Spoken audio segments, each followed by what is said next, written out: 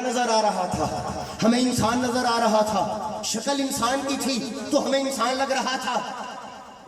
हजूर की बारगाह में आया, हजूर के करीब आया तो हजूर पूछते हैं, बता जिन्नों के किस कबीले से है? मुझे था कि सारा मजमा तड़प उठेगा। हाथ उठा के बोली एक दफा सुभान अल्लाह। अब वो कौन था मैं आपको बताऊंगा और आप हैरत में गुम हो जाएंगे। ये रहमत मुस्तफा का तलबगार कौन आया बैठा है। सारा मजमा मेरे साथ चलेगा तो मैं इस रात से पर्दा उठाऊंगा। ये कौन था? हुजूर ने बता जिन्नों के किस कबीले से है? उसने कहा या रसूल अल्लाह अना हाम बिन हीम बिन लाकीस बिन इबलीस। तड़पिएगा हजूर मैं इबलीस का पड़पोता हूं,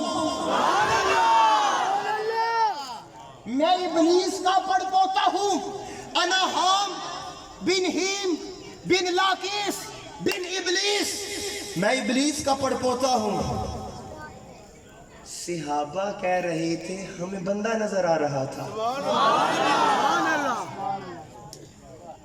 यहां तो आप हैरान हैं, उम्र कितनी है, उम्र कितनी है?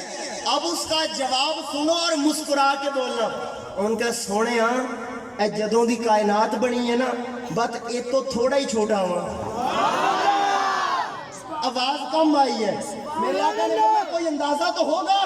उसने कहा आका या रसूल अल्लाह जब काबिल हाबील को कत्ल कर रहा था मैं कोल ही सीगा।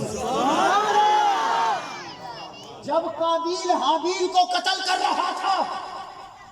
और तड़पिएगा जड़ी अगली गल हो गई।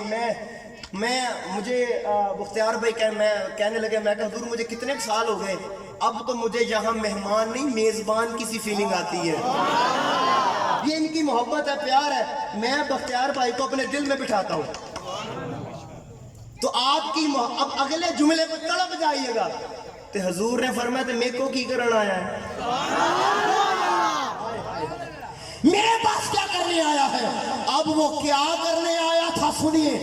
कहा हुजूर मैंने दौर हजरत आदम का भी देखा, नबी आते गए रुखसत होते गए, नबूवत आई, फिर हजरत नूह का जमाना आया तो मेरा दिल हजरत नूह से आ गया। मैं हजरत नूह पर ईमान ले आया, फिर हजरत नूह ने मुझे कहा मेरे बाद हजरत ईसा आएंगे अपने दौर में, तो उन पर भी ईमान ले आना। फिर मैं हजरत ईसा पर ईमान ले आया।